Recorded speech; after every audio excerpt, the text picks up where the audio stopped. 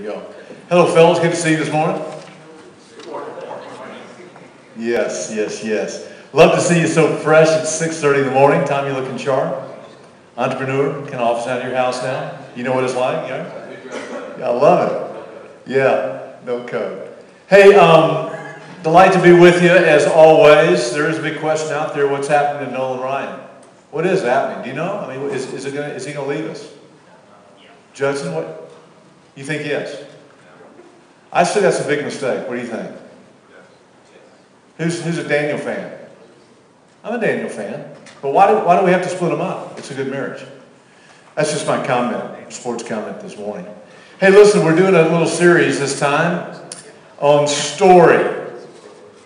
And if you didn't come last time, we actually taped that and put it on the wire last night, so I don't know if you had the opportunity to listen to it or not, from last week, which kind of gets us back in the ball game, at least in the room, in terms of what we're trying to do in this series. I think it's going to be a great series, and because we're talking about the fact that every man has a story. When I went to the funeral on Saturday, there were probably 2,000 people there. Now, think about that. Would 2,000 people come to honor your death?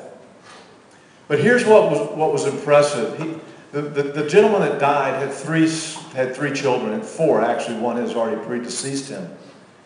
But his three children stood up and articulated ideas about their father. By the way, even though this man is widely acclaimed as a fine, fine human being, and his children said the same, they didn't say that he was a great dad. They said that he was a good enough dad. And with that came out an unbelievable story of how this gentleman had marked their lives. His name, I mentioned his obituary last week, Howard Hendricks. You can probably find this somewhere if you want to watch 2 hours of a funeral. 2 hours. But it was fabulous, and I'm so glad I was in the room for that. Because you know what? Every man's got a story, and so do you. The question we started asking you last week when you started thinking about your story is, will you have a good one? And the fact is, you're writing it today. And that's why I'm glad you guys are in the room, because look, unless you're thinking about these kinds of things, you won't allow yourself to constrain yourself to think, what will my story be like? And that's why we started last week talking about 4 elements of a good story. And some of you might remember what that is. It has everything to do with the character of the man, that's the protagonist. It has a lot to do with what your ambition is for. And is your ambition as high and good as it might be, will it matter? Whatever you're striving for today, when it's finally said and done, is that what will matter? Thirdly, we talked about the fact that every good story has conflict in it. It has risk in it. It has little to do, quite frankly, with the fact that you have made bad choices. Because everybody in this room has made bad choices. Let's just get over that. The issue really is, what are we doing to address the bad choices and create good story out of the conflict and risks that we're taking? And then the last thing is there some resolution to your story? In other words, is it going somewhere? Not that you try to fix it and put a bow on it and make sure that when your children say, when you died, that, oh man, he was a great dad. No, I want to be realistic. He was a good enough dad. And quite frankly, good enough is good enough. So today, I'm delighted and tickled to have one of my dear friends with me today. I teased him last week. Not him, I didn't tease him personally. I teased you with who might be coming, which is what I'll do at the end of our time today for who's coming next week. We'll keep this a little bit of a mystery, but I'm delighted to have with you my friend Brett Bunnett. Would you welcome Brett Bunnett?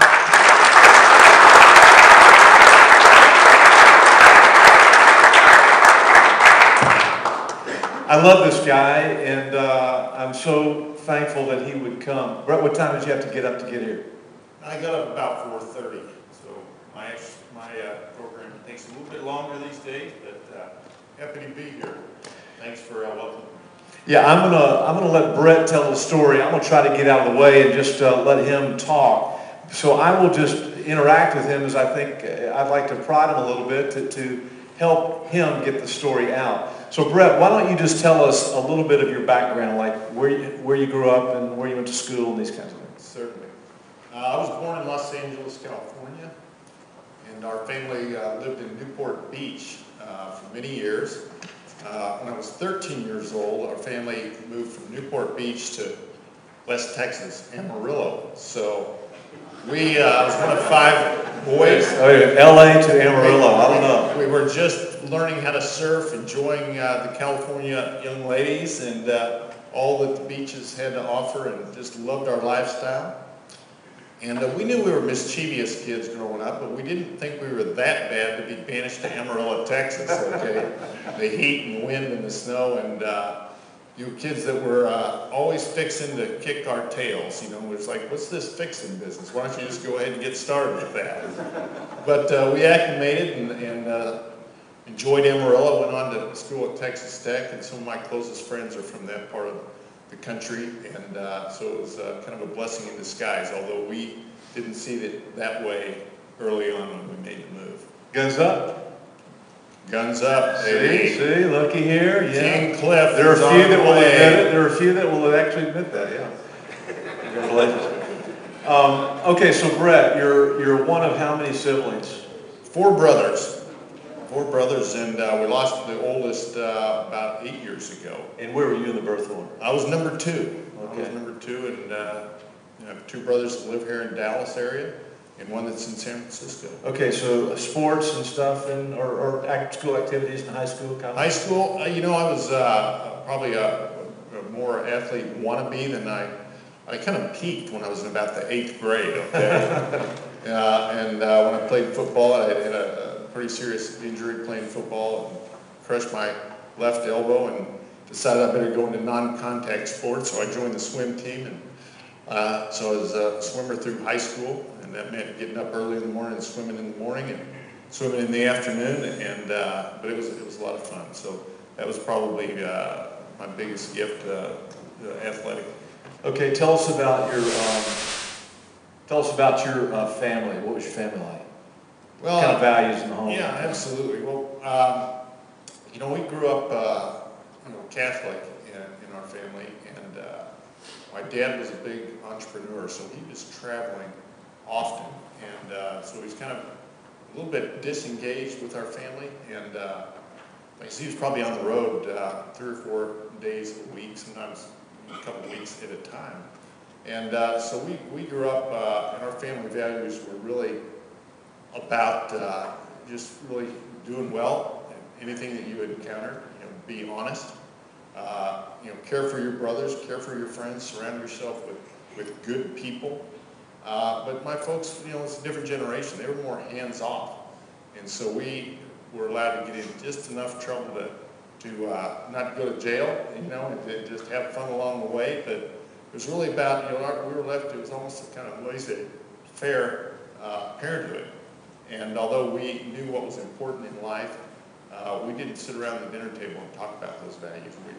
Certain things were expected of us, and that's kind of how we grew up. Okay, I know this is going to come up during the story somewhere, but as a high school kid, were you engaged with you said you grew up in a Catholic home, were you engaged with kind of faith issues? Was that important to you? Did you go regularly? These kinds of questions.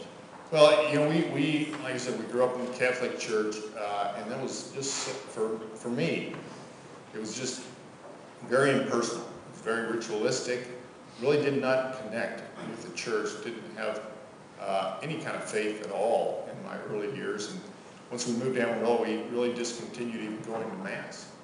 And so there wasn't a huge connection at all through my early years in junior high and high school, and so that really wasn't a part of my life. Okay, and same at Tech?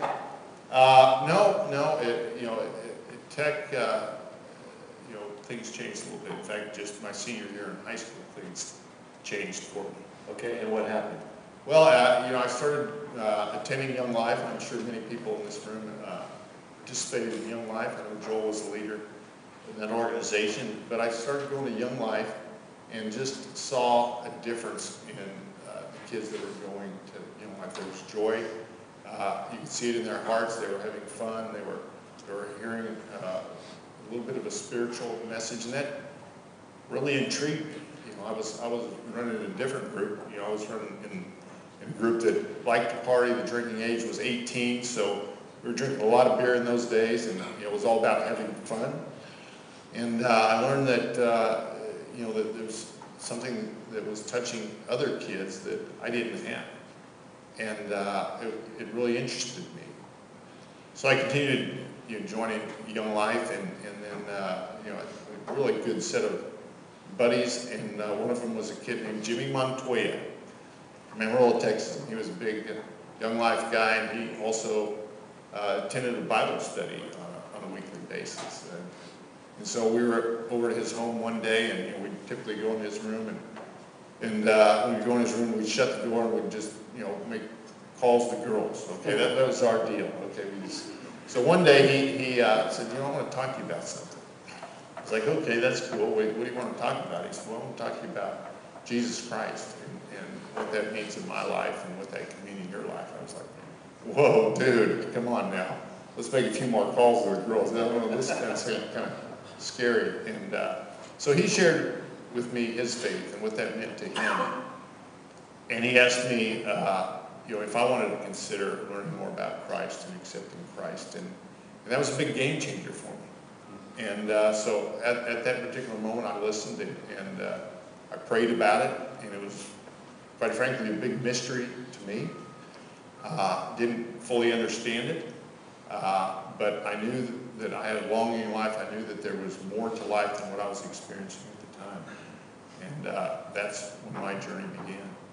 And at Tech, then what? You become a university student, then what? Well, I went to Tech, and you know, like I said, you know, a seed had been planted in my heart, but I didn't pursue it at Tech. I really didn't pursue, you know, kind of a quote unquote relationship with God, and you know, that was a mystery to me. How could you really build that kind of relationship?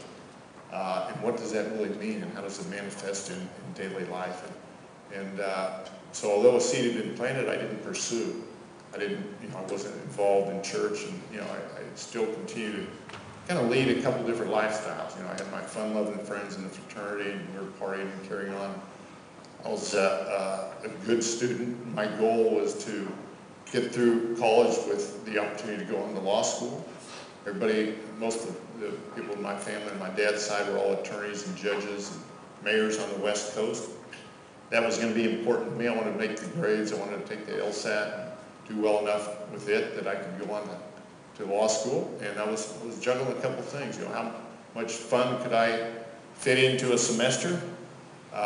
You know, I was involved in intramural sports. I wasn't going to church, but still, I had this yearning, and you know, I wasn't fulfilled at all. And as much fun as I could have, as many as girls I could go out with, still, you know, there just wasn't anything that was building in my heart. Yet there was this constant nagging that there was something more. My guess is, I don't know, I identify with that. Anybody else, you don't need to raise your hand, but my guess is a lot of people identify with that very same journey. Kind of the intrigue of it.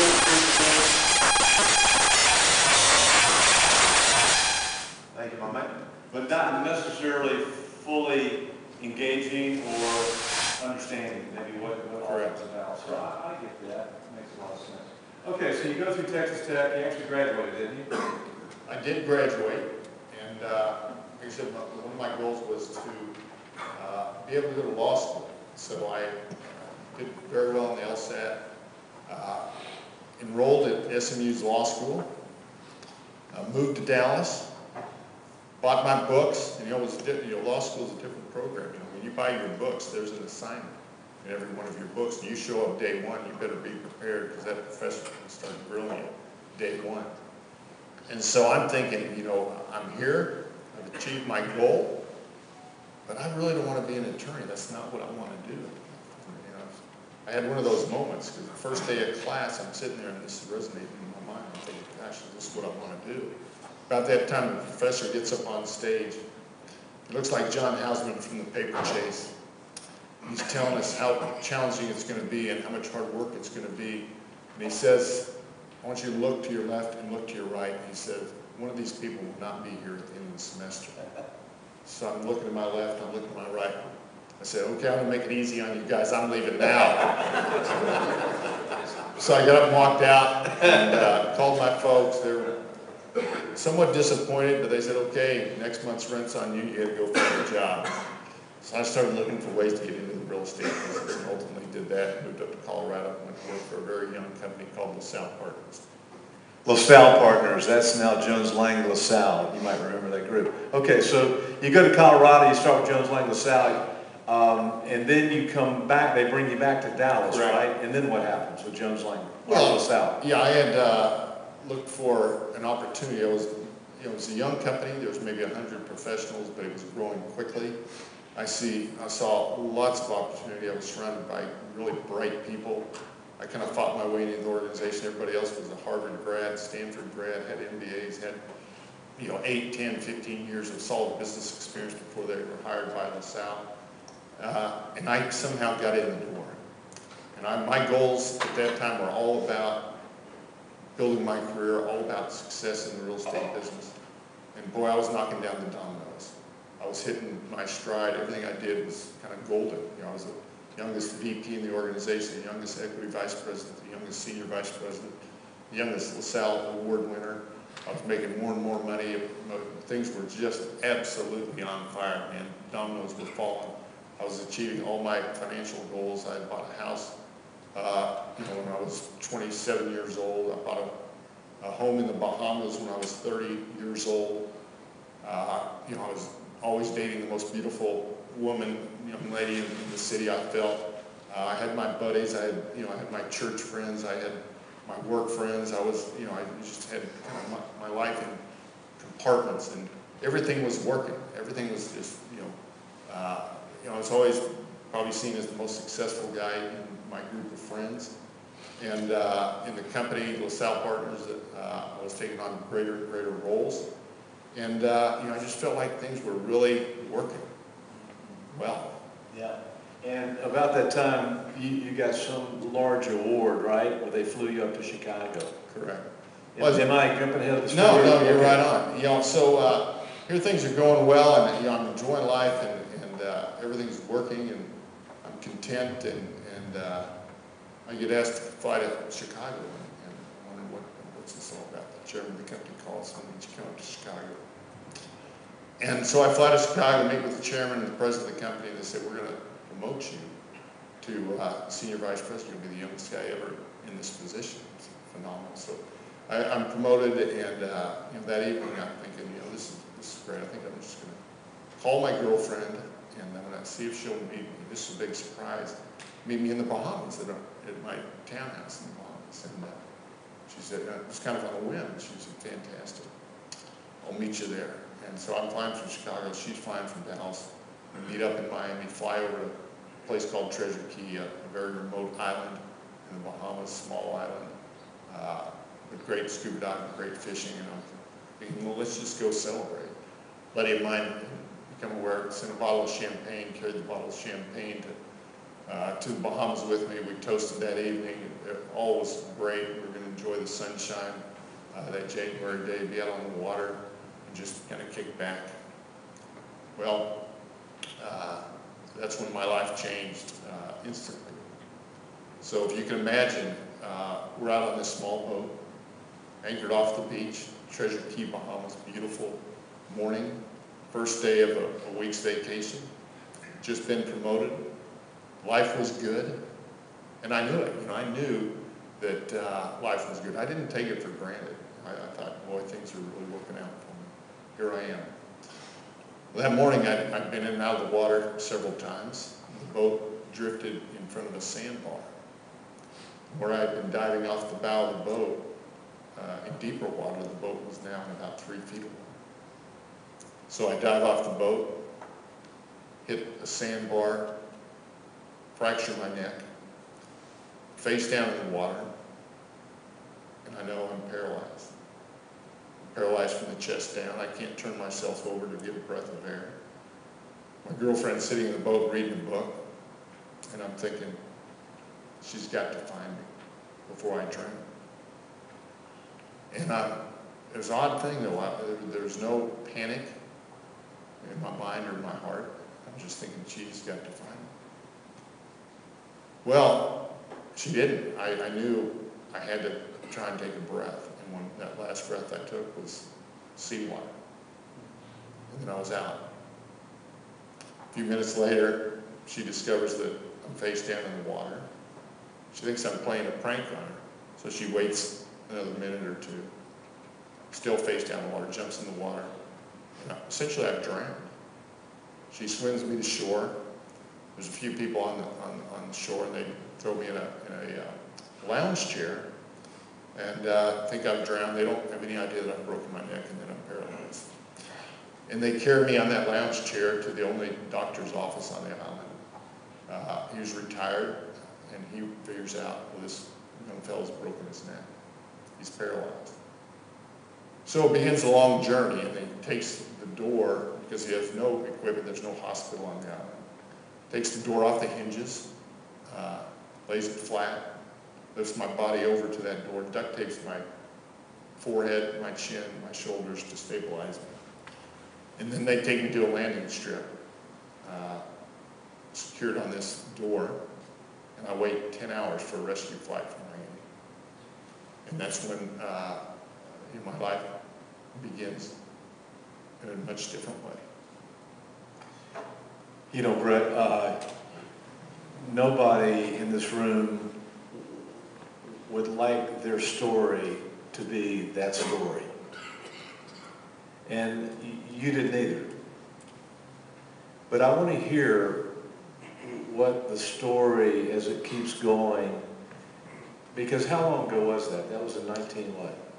That was in 1991. So it's been 20 plus years. Unbelievable. So they take you to Miami, and there you stay in the hospital for how long? I'm in intensive care for about 2 weeks because I'd broken my neck, and I developed double pneumonia because I had so much salt water in my lungs.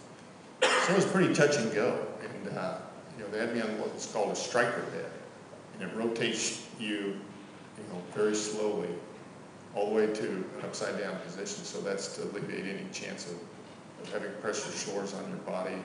I'm hooked up to tubes. It's just, it's really touch and go. And I'm in pretty, I'm in difficult shape. So I'm in the hospital there in Miami for 2 weeks. At the last day prior to flying out of Miami back to Dallas for rehab, they finally take me outside. And so I've been in the hospital for 2 weeks in this gloomy hospital, and just to see the blue sky, just to hear the birds. And this sounds crazy, but man, I was out there and I thought, man, I don't need a whole lot more than nature and family, and I can get through this. So I fly to Dallas for several months of rehab, and in those days, I could not push this wheelchair an inch without being exhausted. So it was a long battle to gain strength. It was a battle to really adjust my thinking. Suddenly, all that I could do before was going to be challenged.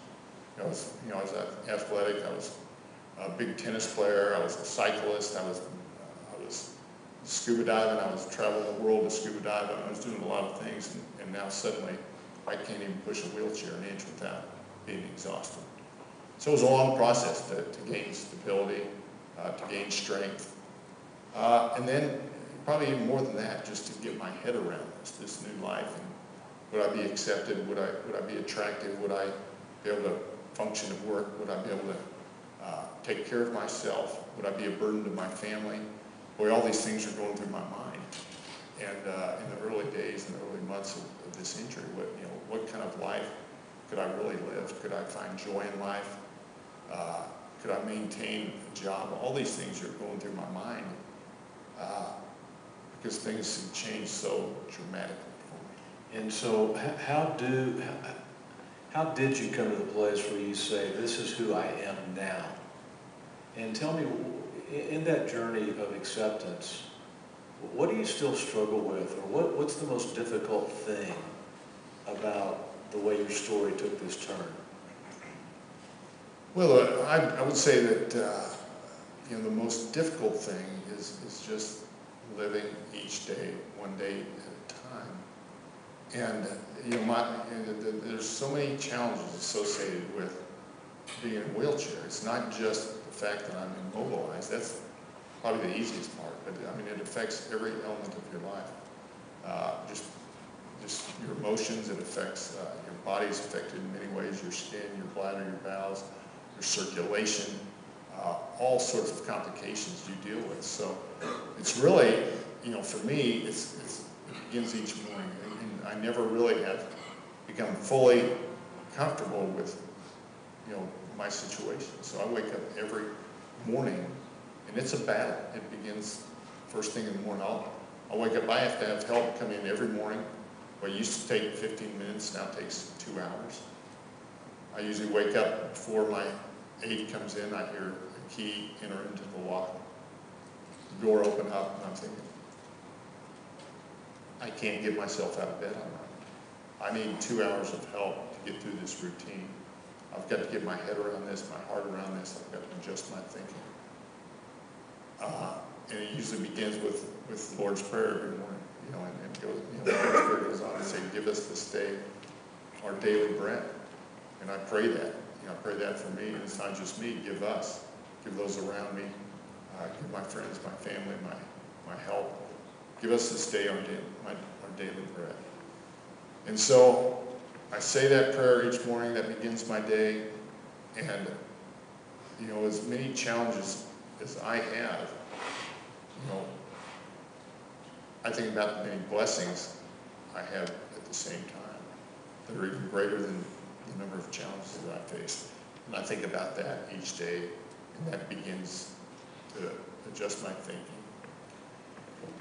Lots of us, I think, in the room, if we were honest, we know that this journey to something you cannot see, touch, or feel.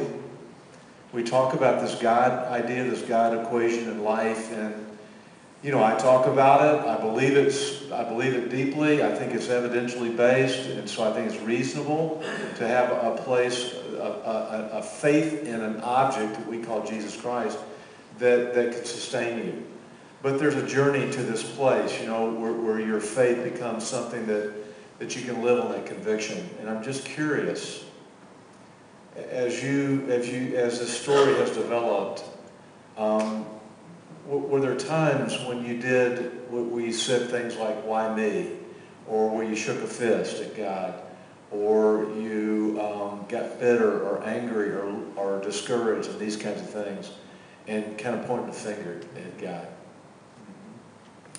Yeah, one time in particular, I was in rehab at a place called Dallas Rehab Institute. I think it's since changed its name, but I was having a particularly difficult day in rehab, and I was up in the room, and they lifted me over into my hospital bed. I'm thinking, why me? Why did this happen to me? There are people out there that, in my mind, I thought, what? They probably deserve this, and I didn't deserve this. I led a pretty good life. I did some decent things, honorable things, and I just screamed out to God, why did this happen? Why am I not healed? And I was angry, and I was bitter, and I literally yelled out, and then I prayed about it. I had a peace that came over me.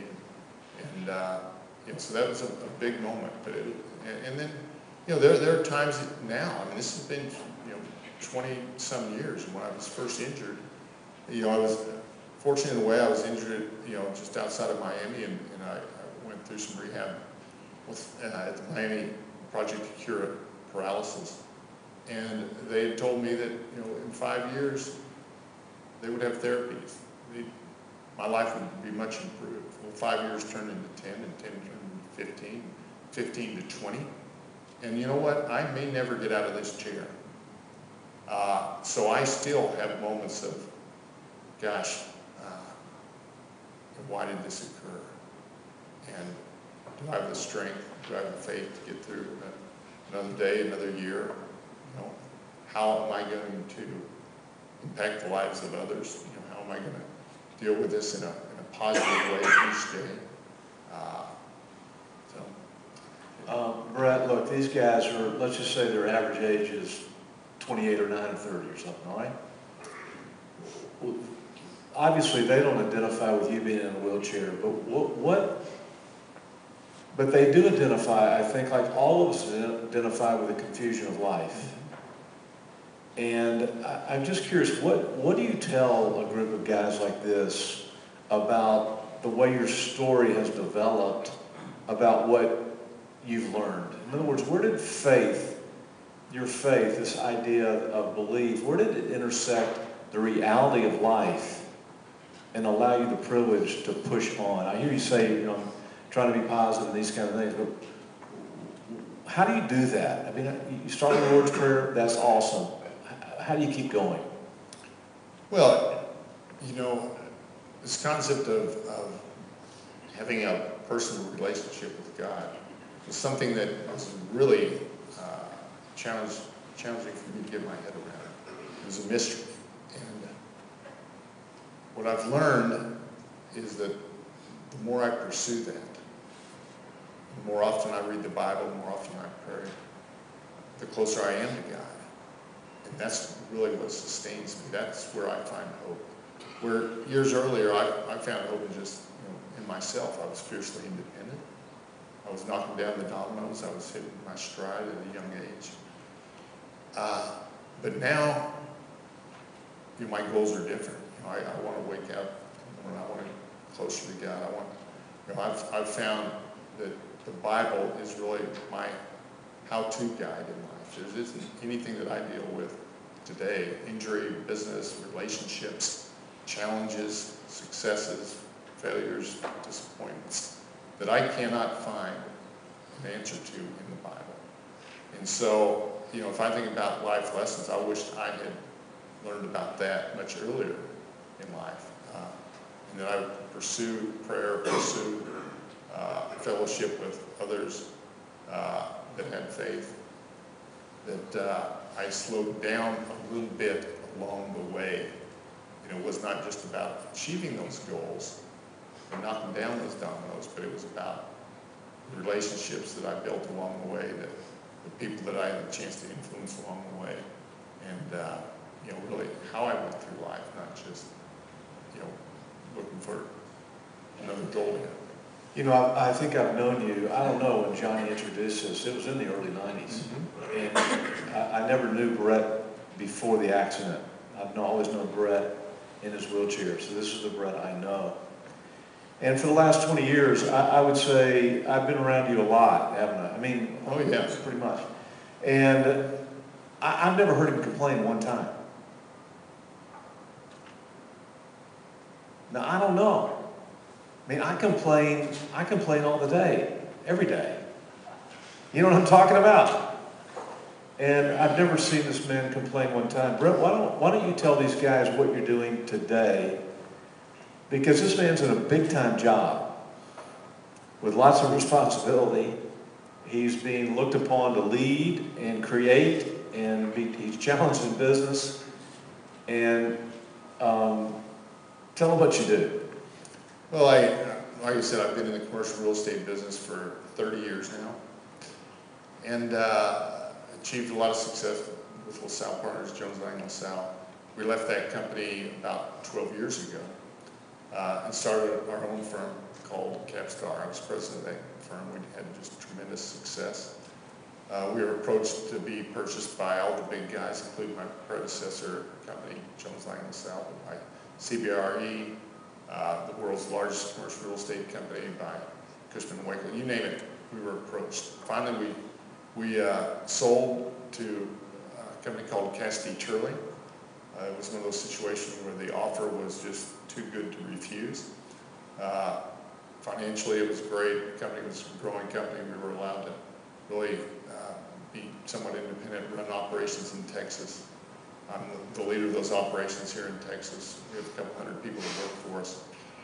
Our goals are to hit $30 million a year in revenue. This year, we're going to grow that. You know, they want me to grow it to 100 million over the next 5 years. So we've got big responsibilities in the work world. And you know, I've since married, I have a beautiful wife and 2 stepchildren. And you know, so I have a lot of responsibility now, and it's great. My life has changed immeasurably since getting married and having stepchildren, and you know, it's just been a wonderful ride. But you know, not only do I face challenges in the wheelchair, but life doesn't slow down just because I'm sitting here. My challenges don't end with this situation. My disappointments, my wins. You know, it just, you know, this is just part of my life, and it's actually a smaller part of my life a lot of times than one would think. Yeah, Brett runs a big company, 20th floor of the Park City Club. You know where that building is over in Preston Center area. They have the top floor of that, and they manage that building as well, where the Park City Club is. And delightful space up there, and a great team of people. You know, there are companies around that you say, man, if I were, I'd sure like to work for that company. And this is one of the companies I would say, look, if you ever want to work for a good company, here's one of them right here. Because there's a bunch of studs up there that, you know what they're trying to do? They're trying to follow Jesus as best they know how, authentically as best they can, and do business. And I got to tell you, it's a delightful place to be up there with Brett and his close associates and partners in that business. Well, I'll tell you, it's fun, and you know, we will hold you know, Bible studies up in our offices, which, you know, 20 years ago I would have thought, wow, really? And it's just an awesome opportunity, because those that may not believe in God, may not have the same faith that I do, they see this and they're intrigued. They see, you know, Joel comes in, we'll teach a study, we'll welcome friends, we'll welcome believers and non-believers, and it just becomes very interesting to people, and they want to know what's going on. And so we have the opportunity to invite others from our office into these Bible studies. And people start asking questions. And it gives me the opportunity to speak about my faith. And it's just been a huge opportunity to be in these offices, to be part of Cast Churley, to surround myself with other men who have a similar faith, surround myself with people that may not have a faith that we can influence, that just by holding these Bible studies, by really trying to live a God-fearing life. And believe me, you know, I made some of the same mistakes I made 5 and 10 and 15, 20 years ago. You know, I'm not a perfect man, nor is anybody out there. So I still have those challenges. I still have those questions at times. You know, I'm still, you know, struggling with life's basic issues like all of us. Yet we have this enormous opportunity to demonstrate what faith means in our life, what having a relationship with God means in our life. And that's just been huge since my injury. That's probably you know, one of my greatest accomplishments, just to be able to go through life in a positive way. People often ask, gosh, Brett, how do you do it? How do you get through the day? How do you live life? How do you go without all those things that you loved doing before your injury? And it's just, you know, oddly as it may seem, it's been a huge blessing for me, because I can probably impact more people, influence more people, have more people question me about how I do it, about my faith, than I ever would have had the opportunity to interest or influence before my injury. Hey, before we leave, anybody out there have a question like I'm dying to ask Brett? And I think anything's game. So anybody have a question that you're just intrigued to ask before we close up? Come on. Tell us about your wife. My wife, Cindy, we married 8 years ago, and you know, it was one of the greatest moments in my life.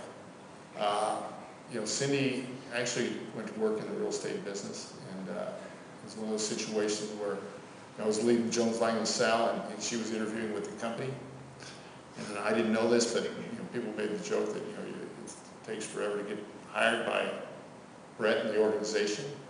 And Cindy walked into my office. I was going to be the last to interview, and usually it would take 2 weeks to a month after that. She walked in, and I said, "Whoa!" She was beautiful. She was confident. Something about her. And as soon as she walked in, I was thinking, hired.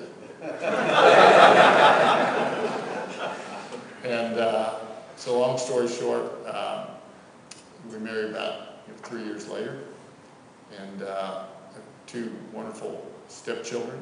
And Ike's at the University of Arkansas, Samantha's out of a small private school in California called Chapman. And it's just been a wonderful thing for me.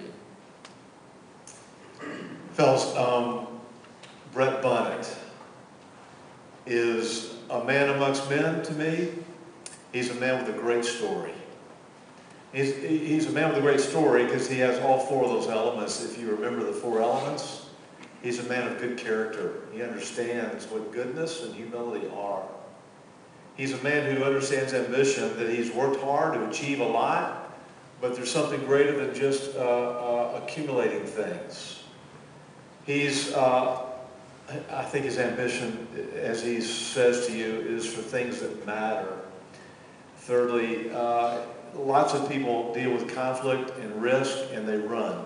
They run from risk, or they deal with conflict and they become bitter and angry and jealous and upset and coveting and all kinds of things which throw life in tumult, into chaos, into disorder, into relational brokenness. And what you love about Brett is you watch him deal with these kinds of things in his life, and here's a man who's created a great story. Matter of fact, here's an impact player. Here's a man whose life is and will make a difference. I know he's embarrassed by me even saying that, but he is. I watch how men respond to him, and it's not just the wheelchair. It's how he has responded to the chair. And so I want you to know, nobody in this room knows what life will hold for you today. You don't even know what it'll hold for you tomorrow. That's why the scriptures say, don't worry about anything whatsoever. But in everything, give thanks to God. Because there's a curveball coming your way. I don't know what the package will look like. I don't know what the bow in the box will look like. I don't know. You've got parents who are going to die. You've got relational issues with marriages. You got rebellious children. You got your own illness issues, perhaps.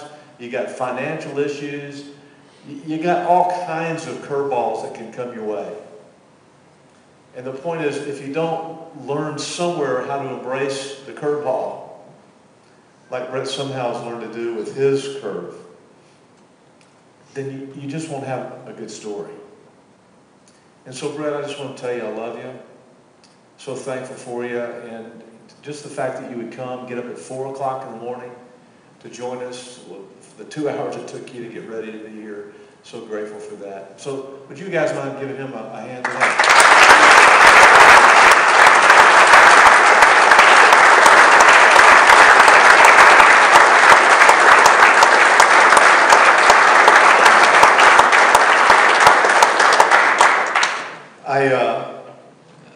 I'm not quite sure how to tell you who's coming next week. I had a perfect tease for this, but I got a text this morning at 1:54 a.m. from this gentleman, and he's been called out of town with a medical crisis in his family, and he said, I'm not positive I can be there next Tuesday. So here's what you're going to have to do. You're going to have to trust me that one of the other 2 guys will fill into his role. The guy who's coming next week.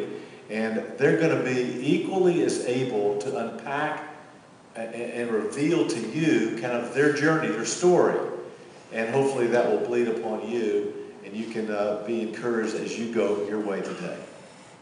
So I'm just going to pray, and thank you for being here with us. Hey, Father, thanks again for a good morning. For the privilege to be awake and alive and to have the air to breathe today, we thank you. And thank you so much for Brett. And and the journey he's on, and how he's using this journey to achieve and accomplish and impact people, his wife, his children, and now us. So thank you for this moment. It was a sacred moment, I think. And pray your blessing upon these guys, that they get up so early and that they're kicking the tires hard. Pray that you'd help them as they go from this place to be encouraged. In the name of Jesus today.